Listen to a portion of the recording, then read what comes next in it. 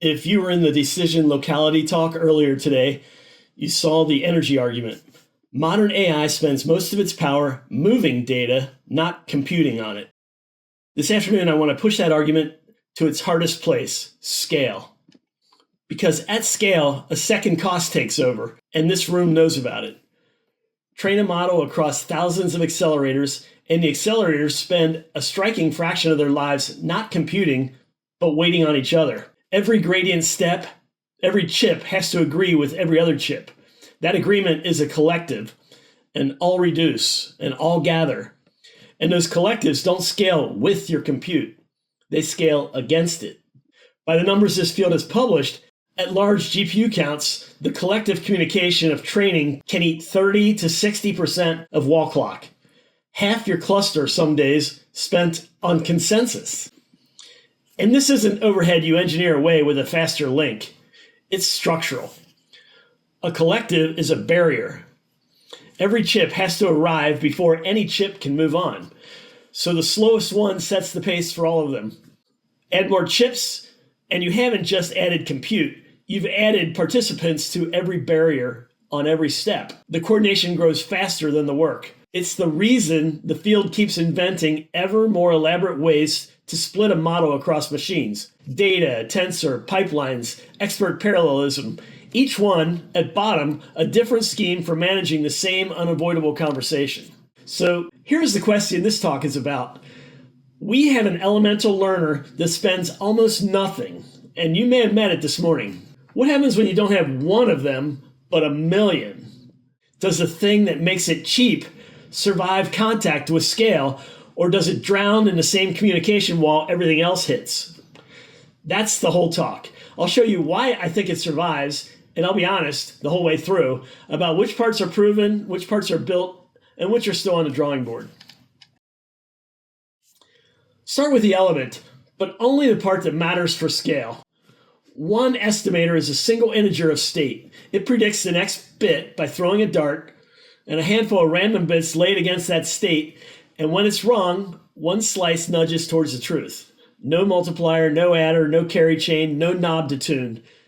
And its belief is exact, a closed form distribution, sandwiched, provably, between Jeffreys and Bayes' Laplace at every observation count. You can write down exactly what it believes at every step. No hidden state, no opaque weights, no black box, just an integer you can read and a distribution you can name. That's the device. This talk is about what happens when you put a million of them on a die. Here's the trap that catches every learning array at fabric scale. The binding cost is not gates per learner. It's where the update happens. And classically, you get two choices, both bad. Choice one, give every learner its own arithmetic. Now, per learner area is a fixed tax that grows linearly with learner count. A million little ALUs you have to pay for whether they're busy or not. Or choice two, share the ALU across many learners. Now, every cycle, each learner state has to travel to the arithmetic unit, and the result has to travel back. The state crosses wires. And that second choice is the one that explodes. As an order of magnitude illustration, a million learners, 8 bits each, clocked at a gigahertz, funneled through a shared arithmetic is about 2 petabytes per second of state traffic before a single byte of real input has moved. No one would build it exactly that, but the same bandwidth terms, bandwidth times learner count, creeps back, shrunk, in any cluster design that tries to amortize an ALU across many cells. You can pay it in area or pay it in bandwidth. Pick your poison. The estimator is a third point. The comparison happens at the storage cell. No state crosses a wire. The only per update traffic is the random bits the Dart consumes, at most a handful, and those come from a small grid of shift registers sprinkled across the die. And we checked it. Pseudo-random bits give the same accuracy as true random, agreeing to within a few thousandths across every bias we tested. So there's no entropy bottleneck, no all-to-one traffic. Which is why, for this audience, I want to retire a metric. Per unit gate count is the wrong way to compare these. On a per unit basis, a shift-based exponential filter is actually smaller than our estimator. I'll say it again because it sounds like I'm losing the argument. Their cell is smaller than ours. But that filter needs a tuned smoothing rate, a knob, and that knob commits the whole fabric to one bias regime forever.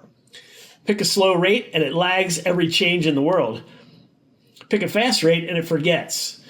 And at the extremes, the rare events, the near zero or the near one probabilities, where a lot of the interesting detection lives, a small fixed rate develops a rounding bias you can't separate from the signal. The only fix is to commit to a different rate, which changes its behavior everywhere else. Ours has no knob. There was nothing to tune. Its own bias is bounded, and it shrinks with width. Every payload bit you add halves both the variance and the bias. And at 1,000,000 units, the question was never the size of one cell.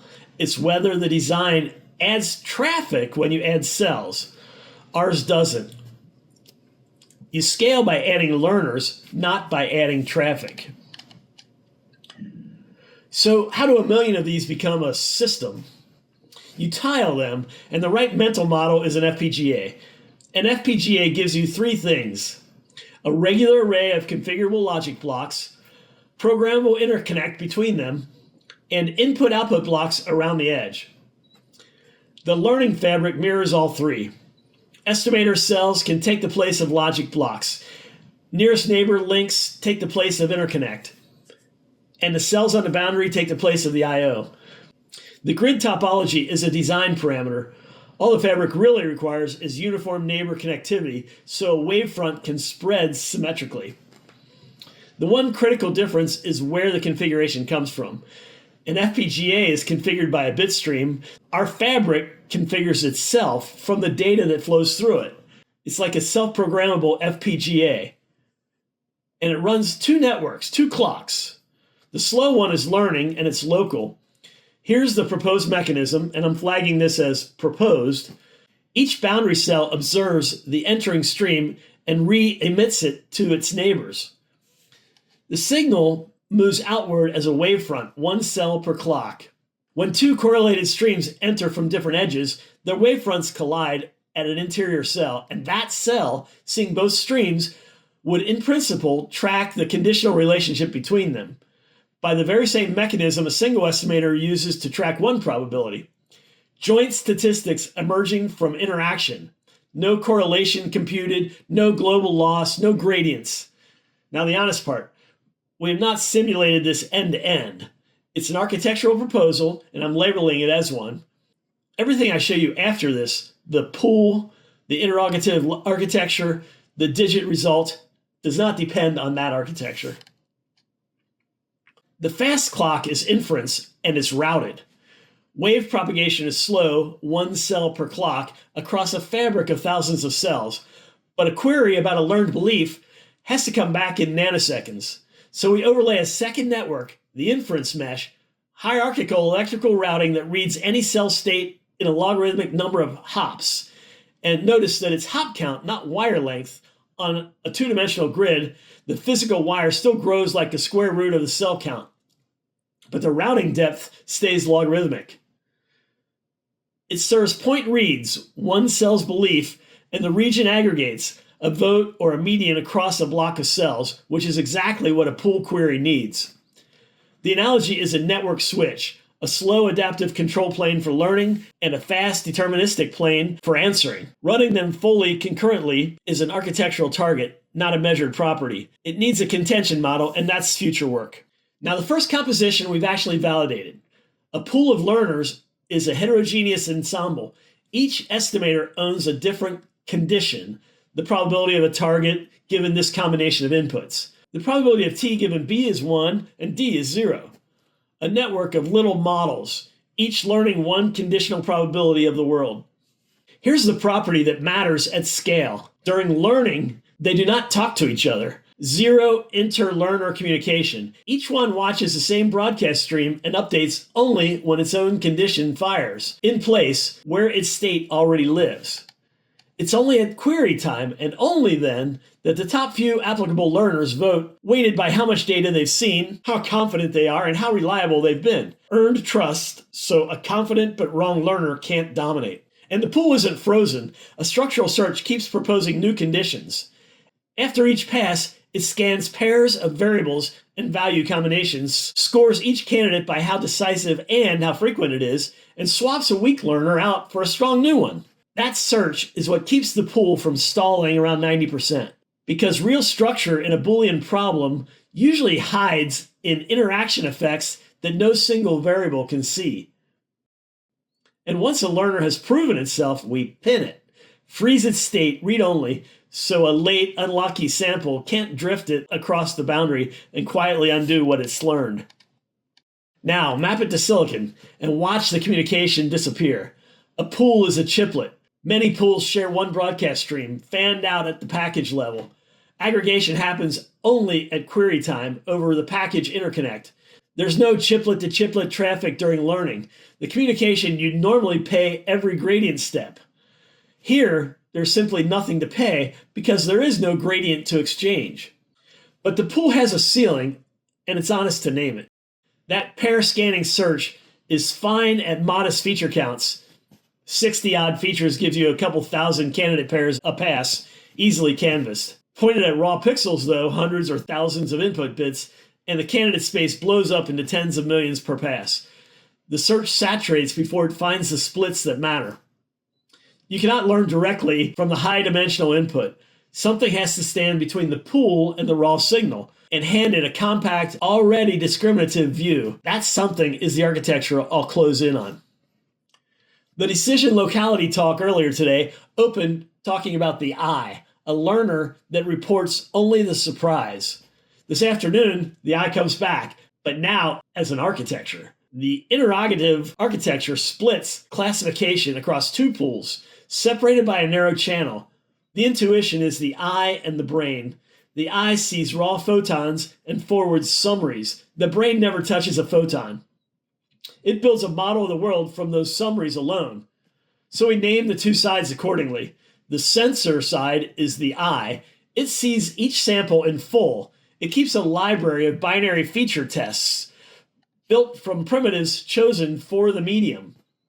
For vision, pixel probes, local XORs, region thresholds. For stereo, neighbors that depend on depth. For audio, differences across a short window.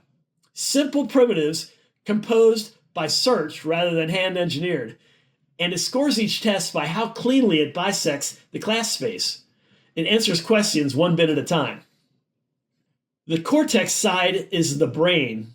It never sees a sample. Its only inputs are an opening message, a class label at training, an unknown token at inference, and bit patterns answers to its own questions. From those fragments alone, it grows interrogation trees.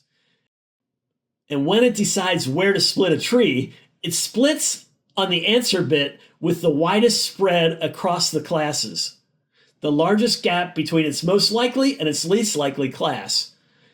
That decision is a subtractor and a comparator. No information gain, no logarithms, no division.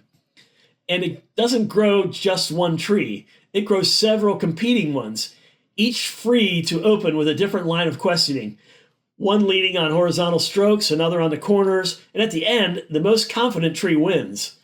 An ensemble for free and a measure of resilience. If a reprogram event disrupts one tree, the others carry on. It is 20 questions in hardware. The Cortex steers a binary search through the class space by choosing which questions to ask.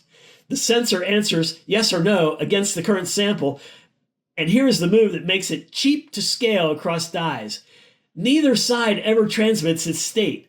Both keep a synchronized marker, which node of which tree we're standing on, advanced in lockstep by the protocol itself. The Cortex sends a small query. A shared deterministic hash turns that query plus the marker into the same handful of test identifiers on both sides. The sensor runs those tests and returns a few bits. The Cortex never learns what any test computes. The sensor never learns what the Cortex is hunting for. The channel carries the conversation, never the model. I call it an engineered protocol with a learned alphabet. Almost the entire protocol emerges from experience. The only two things that are fixed by design: one, a tag that says switch to a new tree or advance within this one; two, a reprogrammed signal, the sensor announcing that it has retired a weak test and reassigned its slot so the Cortex can surgically prune only the branches that used it. Everything else, which test backs each identifier, which questions are worth asking, and where, is learned. The alphabet is given, the meaning is learned. And this is exactly the abstraction layer the pool was missing. Remember the wall. You can't learn from thousands of raw bits directly. Here, the working context of the Cortex learns logic touches at any node. Where it is, what it asked, what came back, is under 30 bits, 2 orders of magnitude smaller than the image. The sensor discovers which tests are discriminative. The Cortex discovers relationships among questions and answers. Neither one ever has to learn the high-dimensional input directly. That's how the pull mechanism, which stalled on raw pixels, suddenly scales. Now the number this room cares about. Each exchange is on the order of the query width plus the response width. In our digit configuration, 13 bits, fixed by the protocol, independent of the model size. Compare that to the alternative, gradient synchronization moves on the order of your parameter count, amortized over the batch. Write down the crossover. For a 100 million parameter model at a batch of 256 parameter sinks only breaks even if you need about 1 million query exchanges per sample. We measure fewer than 9. In that regime, the interrogative path moves about 5 orders of magnitude fewer bits across the die. Bits per query instead of parameters per gradient step. That is the whole thesis of this talk. So, does it actually classify? It does. Built entirely from estimators, bit comparisons, integer spread splits, integer argmax, no multiplies, no logarithms, no floating point, a Cortex that never sees a single pixel, reads binarized handwritten digits at 98.4% accuracy, receiving only bit pattern answers through a thin channel. Let me be precise about what that is and isn't. It's a single seed. Several configuration details are still being reconciled from the run logs. It is not a state-of-the-art number, and I'm not claiming it is. The point isn't the leaderboard. The point is that a brain made of these primitives, fed nothing but summaries, learns to see. And there's a smaller companion run we can fully account for, 75% on a compact digit set with every receipt on the table. 1,600 tree nodes, 80-some thousand estimators, under 9 queries a sample. That run is the configuration receipt behind the headline. Let me put the whole thing on one honest ledger because the audience deserves it. Proven, the element statistics, the exact closed form distribution, the sandwich between Jeffreys and Bayes Laplace, the convergence rate of 1 over t log 2, the proofs live in the ML-ArchSys talk. Synthesized, 48 lookup tables, 8 registers, 96 megahertz on a Xilinx Alveo U200. Measured off-the-shelf flow, no multiplier, no carry primitives instantiated. Simulated the pool of learners and the interrogative architecture, including the digit result. What we've proposed, wave-based learning, a mesh's concurrency, the masked XOR data path, the far tail of the scaling argument. Designs, not measurements, and I marked them as such every time they came up. And before you ask, and I'm sure this room will, how is this not just one of the things that we already know? Loihi gives you programmable on-chip learning rules. The difference is the form of the guarantee. Ours is a closed-form law with a parameter-free convergence curve, so there is no per-rule tuning to get wrong.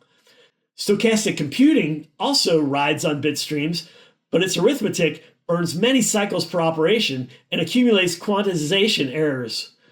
Ours commits a single masked update.